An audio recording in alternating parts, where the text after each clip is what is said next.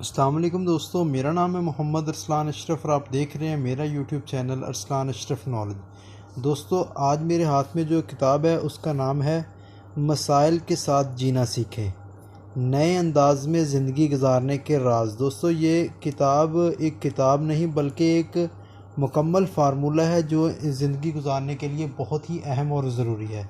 तो दोस्तों, बिना टाइम वेस्ट किए चलते हैं, आपको आज दिखाते हैं कि इस किताब के अंदर क्या है, यानी इसकी हेडिंग क्या है, ये आपके लिए किस किस तरह अच्छी साबित हो सकती है। ये इसकी हेडिंग है। उसके बाद दोस्तों ये लिखी है, उसके बाद जो नाम मेरी उम्मीद का मरकज़ है, ऐसा तजर्बा मत करें।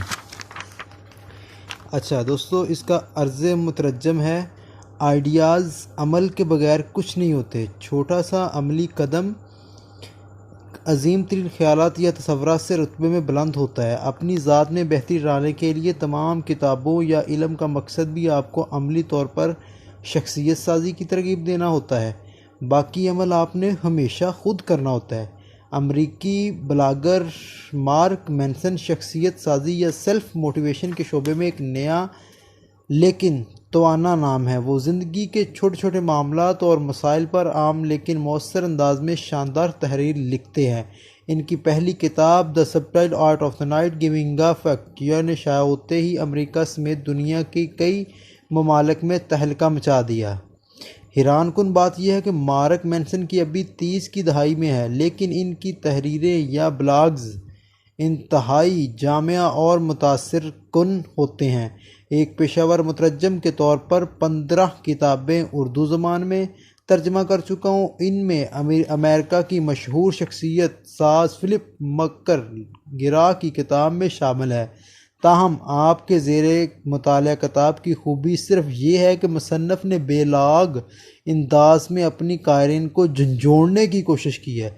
मुझे ईमानदारी के साथ ये इतराफ़ करना चाहिए कि ये मेरे लिए महज एक और तख्लीक नहीं बल्कि मुझे खुद भी इस किताब से बहुत कुछ सीखने को मिला है।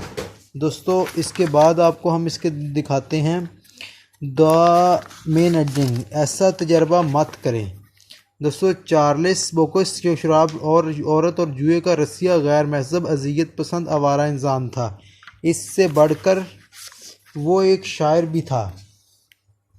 ज़िंदगी में किसी मसले पर मुशावरत के लिए दुनिया की आखिरी शख्स होगा के लिए वो दुनिया का आखिरी शख्स हो। लिहाजा इस किताब का बोकोसी की शख्सियत से आगाज़ नहायत मौजू होगा। बोकोवस्की चाहता था कि वो एक कामयाब मुसन्नफ़ बन जाए, लेकिन कई अशरों तक तकरीबन 1000 हर रसाले जरीदे अखबार इसकी तहरीरों को मुस्तरद कर दिया। पब्लिशरों का मौक़िफ़ था कि चार्ल्स बोकोसी की तहरीक खौफनाक, नाकस, कराहत अमीज़ और शैतानी थी। जैसे जैसे बोकोवस्की के नाम की फ़हरिस्त में इजाफ़ा होता चला गया, वैसे वैसे वो डिप्रेशन का बायस शराब में डूबता गया और ये कैफियत इसकी बेशतर ज़िंदगी में तारी हो गई। बोकोवस्की एक डाकखाने में क्लर्क के तौर पर काम करता था। इस मामूली नौकरी ने इसे बहुत कम मुआवजा मिलता था। वो उल्टो तुल्टो पर खर्चा करता, जो बचता वो जुए के नज़र कर देता। रात के वक्त वो तनहा बैठकर मेनोशी करता और कभी कभी अपने पुराने टाइपराइटर पर अपनी शायरी का शौक़ पूरा करता। नशे में धुत होने की वजह से अक्सर सुबह के वक्त इसकी आंख बिस्तर से नीचे गिरे हुए खुलती, बिल्कुल इसी तरह जिस तरह गुज़िश्ता रात इसकी यही हालत थी। इस डिगर पर चलते इसे 30 साल गुजर गए। वही शराब के जरिए मनशियात का इस्तेमाल, जुआ और बाजारी औरतों की सोहबत। फिर जिस वक्त चार्ल्स बोकोवस्की 50 साल का था, उम्र भर की नाकामी और नामरादियों के बाद एक मदीर ने अचानक इसकी ज़ात में दिलचस्पी लेना शुरू कर दी।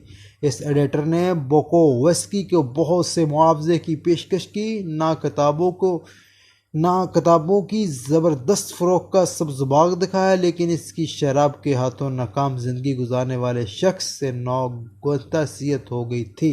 चुनांचे इसने बोकोवस्की पे एक बाजी लगाने का फ़ैसला किया। अपनी ज़िंदगी में मिलने वाला ये पहला हकीकी शॉर्टकट था और इसने महसूस किया ये आखिरी मौका भी है। एडिटर की पेशकश के जवाब में इसने ख़त में लिखा कि मेरे पास 2 ही रास्ते हैं, या तो मैं डाकखाने में रहूँगा और रहूँगा और पागल हो जाऊँगा, या फिर दूसरा रास्ता ये है कि मैं बाहर निकलूँ और लिखूँ और भूख बर्दाश्त करूँ। और इसने अफलास बर्दाश्त करने का रास्ता चुनने का फ़ैसला किया। एडिटर से कॉन्ट्रैक्ट होने के बाद 3 हफ्ते के अंदर चार्ल्स बुकोविस्की ने अपना पहला नावल मुकम्मल कर लिया। इस नावल का नाम पोस्ट ऑफिस था। इसने इंतसाब भी कमाल का लिखा था, किसी के नाम नहीं। बिलाखिर बुकोवस्की बतौर नावल नगार और शायर अपना नाम बनवाने में कामयाब हो गया। इसने यके बार दीगर 6 नावल तहरीर किए, सैकड़ों में नज़में लिखी और इसकी किताबों की 20 लाख कापियाँ फ़रोख्त हुई। इसकी कामयाबी दीगर लोगों की बनिस्बत इसकी अपनी तवक्को के मुकाबले में बहुत ज़्यादा थी। चार्ल्स बुकोवस्की जैसी कहानियाँ हमारी सकाफ़ती बयानी का निचोड़ है। तो दोस्तों, इस किताब में इस तरह की सैकड़ों कहानियाँ मौजूद है। आपको अपनी ज़िंदगी में ये किताब लाजमी पढ़नी चाहिए।